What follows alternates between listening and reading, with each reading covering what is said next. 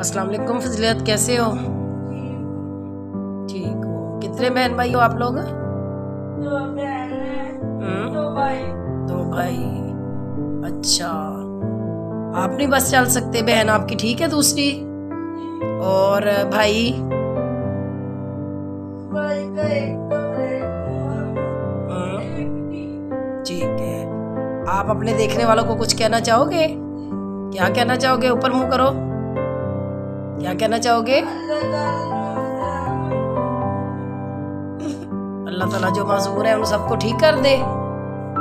आमीन सुम्मा आमीन। ठीक है, आप खुश हो?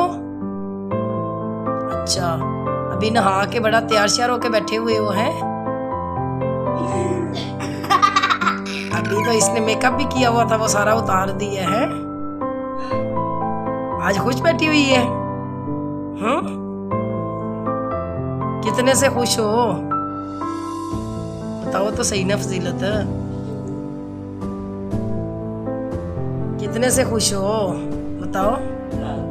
बहुत ज्यादा खुश हो? क्यों खुश हो? हाँ जी, ये नहा के और अच्छी तरह मेकअप शेकअप करके बैठी हुई थी, इसलिए खुश हो रही है।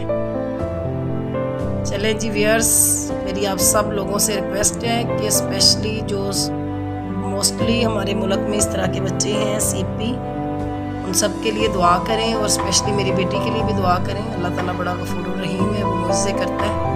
अल्लाह हर एक को शिफा दे और किसी के वसीले मेरी बेटी को भी शिफा दे।